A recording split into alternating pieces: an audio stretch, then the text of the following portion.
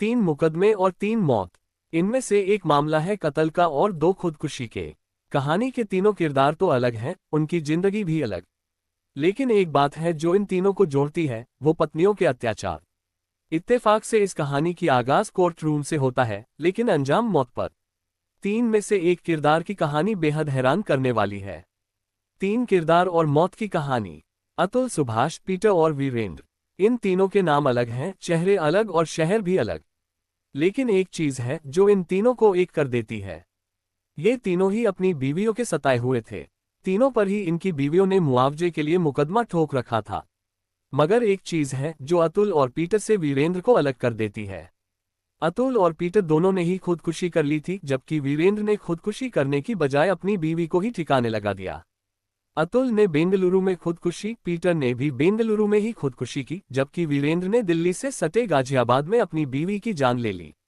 अतुल और पीटर से अलग है वीरेंद्र का किस्सा। अतुल सुभाष ने खुदकुशी से पहले 1 घंटा 21 मिनट 46 सेकंड का वीडियो बनाकर अपनी बीवी के जुल्मों की कहानी सुनाई थी। पीटर ने अपने ही ताबूत पर अपनी मौत की वजह लिखवा दी। लेकिन वीरेंद्र ने ऐसा कुछ नहीं किया। वो अपनी बीवी को पहले किडनैप करता है, फिर दर्शन के लिए मंदिर लेकर जाता है और इसके बाद अपने ही हाथों उसकी जान लेता है। 21 जनवरी को गायब हो गई मधु शर्मा। 39 साल की ड्रेस डिजाइनर मधु शर्मा 21 जनवरी को काम पर जाने की बात कहकर घर से निकली और गायब हो गई। देर शाम तक जब मधु घर नहीं लौटी और न ही उसने फोन किया तो घर वालों ने ही उसे ढूंढना शुरू किया। लेकिन दिक्कत ये थी कि उसका मोबाइल फोन भी लगातार स्विच ऑफ आ रहा था। शादी के 10 साल बाद तलाक।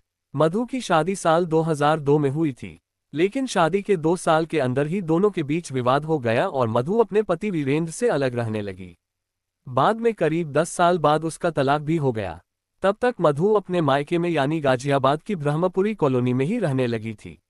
लेकिन इसके बाद एकाएक वो जिस तरह से गायब हो गई, वो अपने आप में एक रहस्यमयी बात थी। घर वालों ने पूर्व पति पर जताया शक। घर वालों ने 2 दिनों तक अपने तौर पर मधु की तलाश की और फिर उसकी गुमशुदगी की रिपोर्ट मोदीनगर थाने में दर्ज करवाई। घर वालों ने पहले ही दिन इस मामले में मधु के पूर्व पति वीरेंद्र शर्मा पर शक जताया था, क्योंकि तलाक हो जाने के बावजूद वीरेंद्र इन दिनों लगातार मधु से फोन पर बातें करने लगा था। ऐसे में रिपोर्ट दर्ज होने के बाद पुलिस ने वीरेंद्र को ढूंढना शुरू कर दिया और जल्द ही उसे हिरासत में ले लिया गया। लेकिन वीरेंद्र लगातार मधु की गुमशुदगी से खुद को अनजान बता रहा था। उसका कहना था कि ना तो वो अपनी पत्नी से मिला और ना ही उसे कहीं लेकर गया। ऐसे में अपनी पूर्व पत्नी की गुमशुदगी से आखिर उसका क्या लेना देना हो सकता है। मोबाइल सर्विलांस ने खोला राज। लेकिन जब पुलिस ने उसके दावों को वेरीफाई करने के लिए टेक्निकल इन्वेस्टिगेशन की शुरुआत की तो एक नई कहानी सामने आ गई। पुलिस को ना सिर्फ उसके मोबाइल फोन की कॉल डिटेल से ये साफ हो गया कि मधु की गुमशुदगी के दिन यानी 21 जनवरी को भी वीरेंद्र ने ना सिर्फ उससे फोन पर बात की थी, बल्कि उससे मिला भी था। और दोनों के मोबाइल फोन की लोकेशन भी साथ साथ दिख रही थी। लेकिन ये तो बस शुरुआत थी। तभी आगे बढ़ी तो पता चला कि दोनों साथ साथ एक ही कार में गाजियाबाद से हरिद्वार भी गए थे। पुलिस को तलाश करने थे इन सवालों के जवाब। अब पुलिस ने वीरेंद्र के साथ सख्ती करनी शुरू कर दी और वीरेंद्र ने अपना मुंह खोलना शुरू कर दिया। मधु सिर्फ गायब ही नहीं हुई थी, बल्कि उसका कत्ल हो चुका था। और कत्ल करने वाला भी कोई और नहीं बल्कि उसका पूर्व वीरेंद्र ही था। लेकिन सवाल ये था कि आखिर वीरेंद्र उसका कत्ल क्यों किया, उसकी जान कैसे ली, मधु की लाश उसके कहाँ छुपाए। तो आगे की छानबीन में इन सवालों का भी जवाब सामने आ गए। अदालत के फैसले से नाराज था वीरेंद्र। तफ्तीश में पता चला कि तलाक हो जाने के बाद मधु ने अपने लिए एल्यूमिनी यानी गुजारा भत्ता मांगते हुए अदालत में अर्जी दाखिल की थी, जिस मुकदमे का फैसला मधु के हक में हुआ था। और अदालत ने वीरेंद्र को जहां 6 लाख रुपये की रकम एक मुश्त मधु को चुकाने का हुक्म दिया था, वहीं हर महीने गुजारा भत्ता के तौर पर उसे 6,000 रुपये सौंपने की भी बात कही थी। और वीरेंद्र इस चीज से खासा ही नाराज था। असल में इस बीच वीरेंद्र ने दूसरी शादी कर ली थी और वो किसी भी कीमत पर अपनी पूर्व पत्नी पर इतने रुपए खर्च नहीं करना चाहता था। वीरेंद्र ने रची थी खौफनाक साजिश। लेकिन अपनी बीवी को रुपये देने से बचने के लिए वीरेंद्र इतनी खौफनाक साजिश रच सकता है, ये किसी ने भी नहीं सोचा था, खुद मधु ने भी नहीं। तभी वो वीरेंद्र उससे नए सिरे से बात करने लगा, उससे मिलने जुलने के लिए बुलाने लगा। लेकिन मधु को उसके दिमाग में चल रही साजिश की भनक नहीं लगी। पहले मंदिर में दर्शन, फिर रास्ते में कत्ल।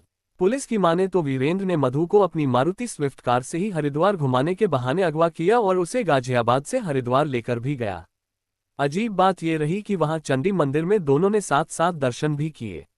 यानी जो अपनी पूर्व पत्नी का कत्ल करने जा रहा था, वो उसके साथ साथ कत्ल से ठीक पहले मंदिर भी जा रहा था और दर्शन भी कर रहा था। और आखिरकार चंडी मंदिर से लौटते वक्त सुनसान जंगल के रास्ते में वो अचानक अपनी असलियत पर उतर आया और उसने दुपट्टे से गला घोंटकर अपनी मधु की जान ले ली। ऐसे ठिकाने लगाई थी लाश। वीरेंद्र इसके बाद भी नहीं रुका। उसने कत्ल की साजिश जितनी भयानक तरीके से रची, कत्ल के बाद मधु की लाश को ठिकाने लगाने की साजिश भी उतने ही शातिराना तरीके से।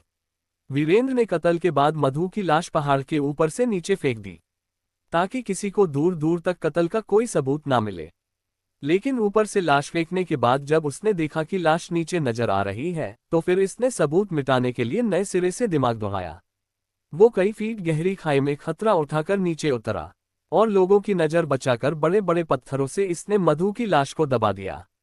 यानी पत्थरों के नीचे लाश छुपा दी। पुलिस ने बरामद की डेड बॉडी। ऐसा करने से वहां से आने जाने वाले लोगों को मधु की लाश तो नजर नहीं आए और ना ही किसी को इस कत्ल का पता चला। लेकिन गाजियाबाद पुलिस ने अपनी तफ्तीश की बदौलत पहले ही राज खोल दिया और वीरेंद्र की निशानदेही पर खाई से मधु की लाश भी बरामद कर ली। वीरेंद्र पर बेटी के कत्ल का इल्जाम। वैसे अब मधु शर्मा के कत्ल के बाद उसके घरवालों ने अपने पूर्व दामाद को लेकर एक और रोंगटे खड़े करने वाला खुलासा किया है। मधु के घर वालों का कहना है कि वीरेंद्र और मधु को शादी के बाद एक बच्ची भी थी, लेकिन उसके पति वीरेंद्र ने अपनी बच्ची की सालों पहले हत्या कर दी थी, जिसके बारे में किसी को पता नहीं चला। 2 राज्य, 2 शहर और एक कत्ल। बहरहाल गाजियाबाद से लेकर हरिद्वार तक बिखरे इस कत्ल के मामले को पुलिस ने सुलझा तो लिया है, आरोपी को गिरफ्तार भी कर लिया है।